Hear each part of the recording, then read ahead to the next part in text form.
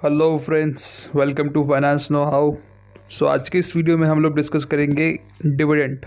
Dividend क्या होता है पहले, उसके बाद प्रपोज डिविडेंड क्या होता है, उसके बाद इंटरिम डिविडेंड क्या होता है, उसके बाद फाइनल डिविडेंड क्या होता है, और फिर कुछ 4-5 पॉइंट जिनको हमें ध्यान रखना चाहिए डिविडेंड के टाइम में। ठीक है, अगर आपको ये वीडियो अच्छा लगे तो आप चैनल को सब्सक्राइब और शेयर और लाइक ज़रूर करें।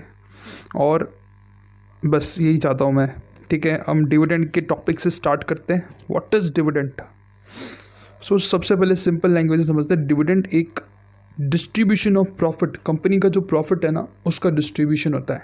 ठीक है, जैसे कंपनी ने कुछ प्रॉफिट कमाया, उसका कुछ हिस्सा वो उस कैश को ये सोचती है कि अगर इस कैश को हम इन्वेस्ट करेंगे तो अच्छा प्रॉफिट नहीं कमा पाएंगे, इसके बजाय वो शेयर होल्डर्स को दे दे वो पैसा, तो उसको हम डिविडेंड कहते हैं। ठीक है, जो हमें वो हिस्सा मिल रहा है, जो कैश मिल रहा है, किसको? शेयर होल्डर्स को। ठीक है, तो उसको हम डिविडेंड कहते हैं। तो हम इसकी डेफिनेशन पढ़ेंगे तो उससे भी हमें यही समझ में आएगा कि dividend is the distribution of some of the company earnings. Earnings क्या हो गया? Profit to a class of its share holders. Class कैसी हो गई? इक्विटी शेयर्स हो गए उनको, as determined by the company board of directors. मतलब कौन रिकमेंड करता है? बोर्ड ऑफ डायरेक्टर्स रिकमेंड करते हैं। Company shareholders of dividend paying companies are typically eligible as long as they own stock before। ठीक है, जो भी कंपनी के शेयर्स होल्ड करेगा उसको डिविडेंड मिलेगा। ठीक है, एक्स डिविडेंड डेट को एक रिकॉर्ड डेट अनाउंस करते हैं, उस दिन अगर आपने होल्ड करके रखे हैं उसी दिन पे जो उसका ओनर होगा उसी को ही डिविडेंड मिलेगा। ठीक है, डिविडेंड में be paid out as cash और in the form of additional stock. So आपको पता हो गया कि ये कैश में भी पे कर सकते हैं और शेयर के फॉर्म में भी पे कर सकते हैं। तो कंपनी चाहती है आपको कुछ शेयर मिले, उसके ऊपर कैश नहीं मिले तो कुछ शेयर भी दे सकती है। पर जो डिविडेंड होता है वो अप्रूव कौन करता है? शेयर होल्डर्स अप्रूव करते हैं। कब अप्रूव करते हैं? AGM में, एनुअल जनरल मीटिंग होती है, उसमें अप्रूव करती है। ठीक है, एक और चीज़ बताता हूँ मैं आपको। अगर जब डिविडेंड कंपनी अनाउंस करती है, सपोज एक कंपनी रेगुलरली डिविडेंड अनाउंस कर रही है, ठीक है, और अगर वो डिविडेंड देना बंद कर देती है, ठीक है, तो इसका मतलब आप समझ जाइए कंपनी एक ट्रबल में है। ठीक है, कंपनी को लॉसेस हो रहे हैं इंटरनली, इसलिए उन्होंने डिविडेंड देना बंद कर दिया या डिविडेंड कम कर दिया। एक ये साइन होता है। ठीक है, और ये डिविडेंड की बात हो गई। अब हम बात करते हैं व्हाट इज़ प्रपोज्ड डिविडेंड। तो प्रपोज्ड डिविडेंड क्या होता है? जब board of directors board meeting के अंदर सिर्फ रिकमेंड करते कि हम शेयर होल्डर्स को इतना डिविडेंड देंगे, तो ये एक प्रपोजल रखा किसने? बोर्ड ऑफ डायरेक्टर्स के किसके अंदर? बोर्ड ऑफ मीटिंग के अंदर। तो इसको हम प्रपोज डिविडेंड कहते हैं। ठीक है, ये चीज़ आप सबको समझ में आ गई होगी। So amount is decided on the annual general meeting of the company. It is current liability of the company as it has to be paid by the company during the same accounting period. So अभी सिर्फ recommend किया है। Okay, now what is interim dividend? अब interim dividend क्या होता है कि जब आप दो AGM के बीच में, लाइक बिटवीन 2 AGMs, अगर आप कोई डिविडेंड डिक्लेयर करते हो तो उसको हम इंटरिम डिविडेंड कहते हैं। ठीक है, और इंटरिम डिविडेंड कौन अनाउंस करता है?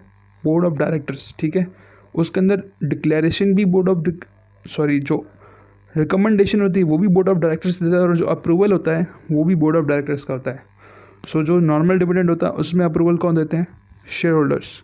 बट इंटरिम डिविडेंड में अप्रूवल कौन देता है? Board of directors. ठीक है, और जनरली इंटरिम डिविडेंड की जो रेट होती है डिविडेंड की, वो फाइनल डिविडेंड और जो नॉर्मल डिविडेंड रहता है उससे कम रहती है जनरली। ठीक है, तो ये एक चीज़ थी इंटरिम डिविडेंड के बारे में। ठीक है, अब what is final dividend? Final dividend क्या होता है कि जब कंपनी AGM में board of directors already recommend कर चुके हैं और AGM में अनाउंस कर देते हैं और वहाँ पे शेयर होल्डर्स अप्रूव कर देते हैं, उसके बाद में जो डिसाइड होता है ये अमाउंट पे किया जाएगा, तो उसको हम फाइनल डिविडेंड कहते हैं।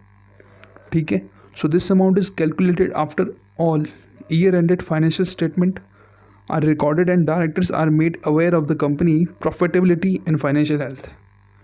ठीक है, तो ये चीज़ थी। हमारे 3 डिविडेंड पढ़े हमने, कौन कौन से? एक तो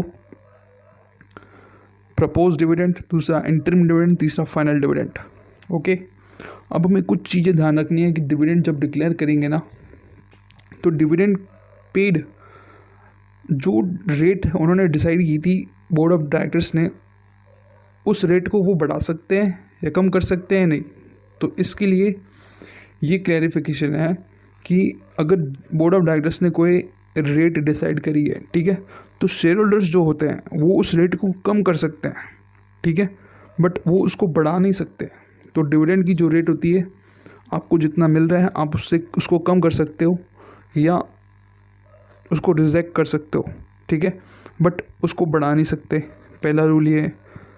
तो और सेकंड चीज़, डिविडेंड के अगर आपका आर्टिकल ऑफ एसोसिएशन है उसके अंदर डिविडेंड के बारे में कुछ लिख रखा है कि आप डिविडेंड को बढ़ा सकते हो, हायर डिविडेंड कंपलसरी है, तो वो चीज़ें सारी वॉइड है, ठीक है।